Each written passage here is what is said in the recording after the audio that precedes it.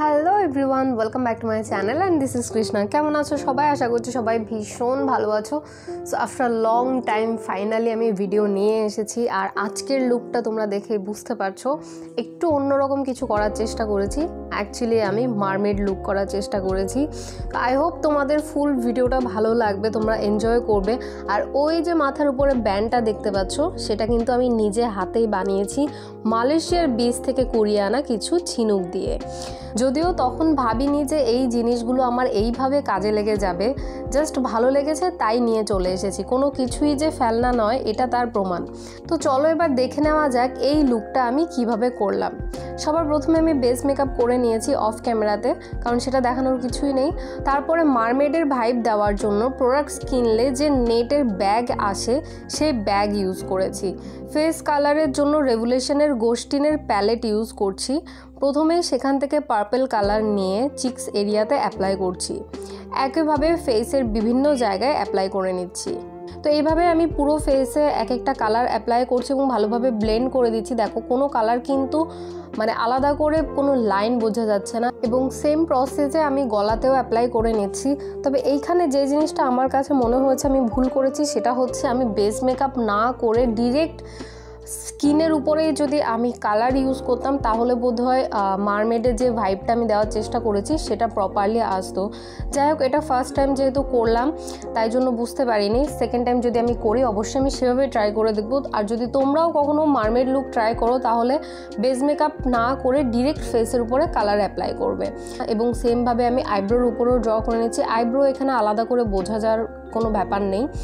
এবং চোখের উপরে আই লিডে আমি ফরএভার 52 যে কনসিলার প্যালেটটা, সেখান থেকে হোয়াইট শেডটা নিয়ে অ্যাপ্লাই করছি, কেন কি একটা হোয়াইট ফুল কাট ক্রিজ আই মেকআপ করবো। ওকে, সো তারপরে আই মেকআপের জন্য আমি কার্নিভাল 3 এর প্যালেট থেকে পার্পল শেডটা নিয়ে আইলিডের উপরে অ্যাপ্লাই করছি। এবং ভালোভাবে কিন্তু এখানে লাইনটা ড্র করতে হবে, যাতে করে লাইনটা খুবই প্রমিনেন্ট হয়। সেই জন্য আমি একটা কাট ক্রিজ ব্রাশ ইউজ করছি।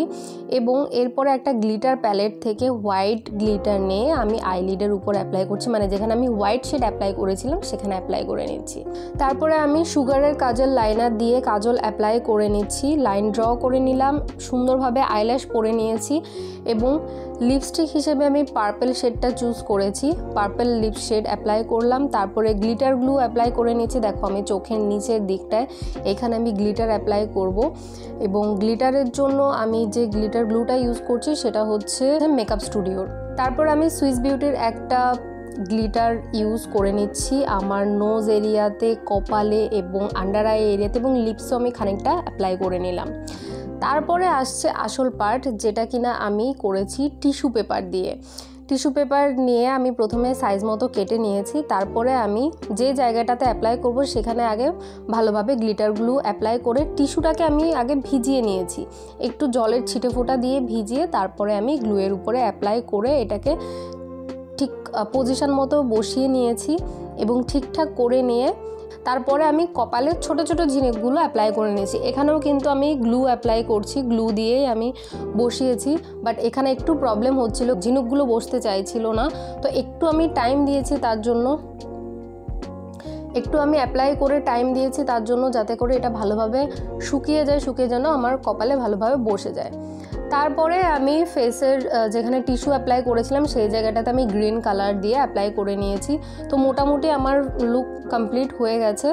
এরপরে আমি আমার চুলটাকে সেট করে নিচ্ছি এবং ফাইনালি আমি যে হেয়ার ব্যান্ডটা তৈরি করেছি সেটা আমি এবার মাথায় সেট করে নিচ্ছি। এটা পরতে একটু প্রবলেম হচ্ছিল, কেন কি যেহেতু এটা আমি হাতে বানিয়েছি, তাই একটু প্রবলেম হচ্ছিল, ভেঙে যাওয়ার বা খুলে যাওয়ার তো চান্সেস থেকেই যায়।